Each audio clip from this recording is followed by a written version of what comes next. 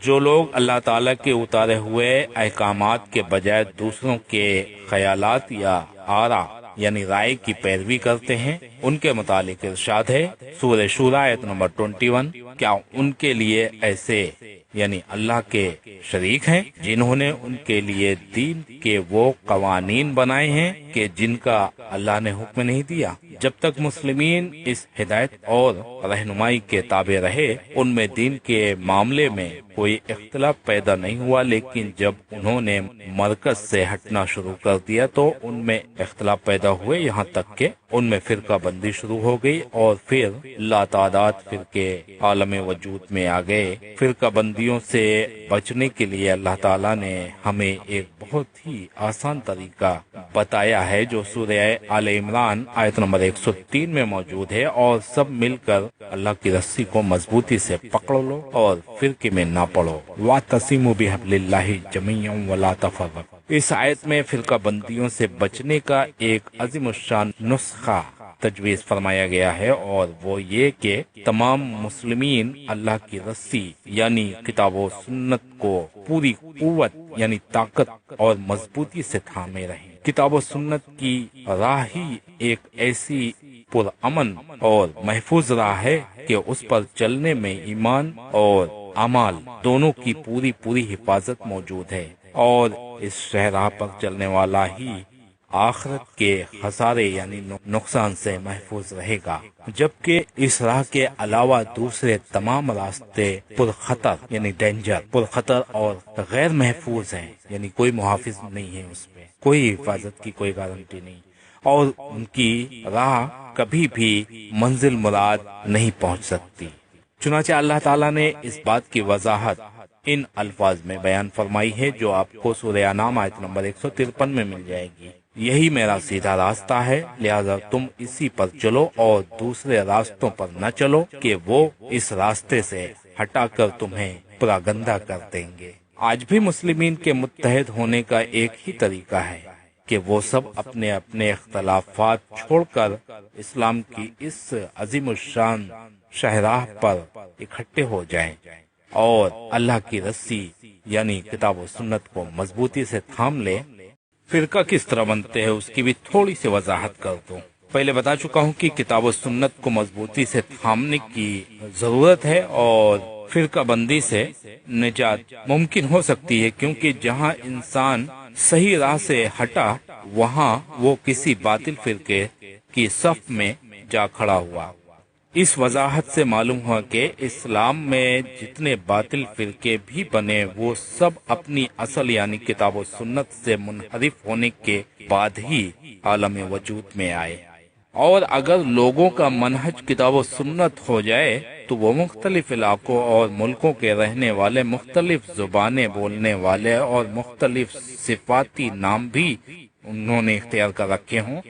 تو وہ سب اہل حق ہیں، کیونکہ ان سب کا منہج صرف کتاب و سنت ہے۔ لہٰذا یہ کوئی دلیل نہیں کہ مسلم کہلانے سے انسان فرقہ بندی سے بچ سکتا ہے، اس لیے کہ سارے فرقے اپنے آپ کو مسلم اور مومن ہی تو کہتے ہیں، اور اپنے آپ کو حق کا سب سے بڑا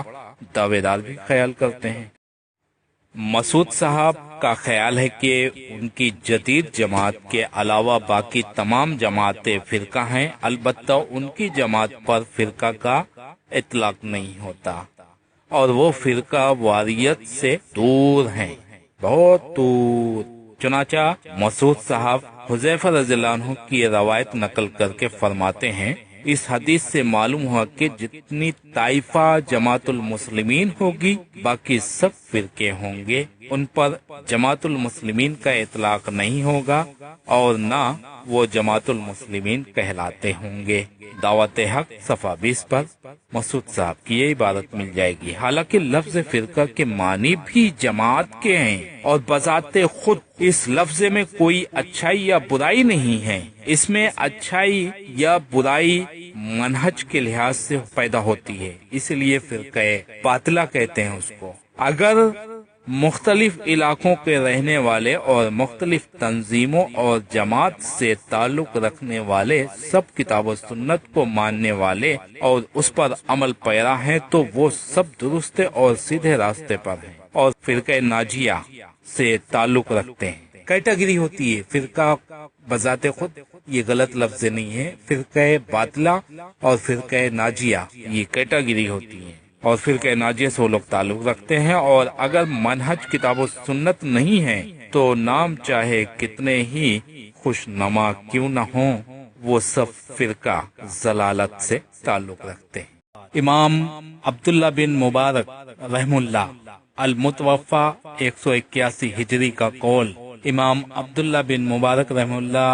نے نبی کریم صلی اللہ علیہ وسلم کی حدیث کا ذکر کیا اور فرمایا، اس گروہ سے مراد میرے نزدیک اصحاب الحدیث ہیں۔ شرف اصحاب الحدیث للخطیب البغدادی بحوالہ الاحادیث الصحیحہ جلد 1 صفحہ 480۔ امام یزید بن ہارون رحم اللہ متوفا 206 ہجری کا قول ہے، امام یزید بن ہارون رحم اللہ کہتے ہیں کہ اگر اس طائفہ منصورہ سے مراد اہل الحدیث نہیں ہے تو میں نہیں جانتا کہ پھر اس سے کون لوگ مراد ہو سکتے ہیں۔ امام یزید بن ہارون رحم اللہ نے یہ الفاظ قرہ بن ایاس المزنی رضی اللہ عنہ کی روایت بیان کر کے ارشاد فرماتے ہیں، ان کا یہی قول دوسری سند سے امام خطیب بغدادی رحمہ اللہ نے شرف اصحاب الحدیث اور امام حاکم نے علوم الحدیث میں بیان کیا ہے، لیکن اس کی سند ضعیف ہے۔ سلسلہ الاحادیث الصحیحہ جلد 1 صفحہ 480۔ امام ابن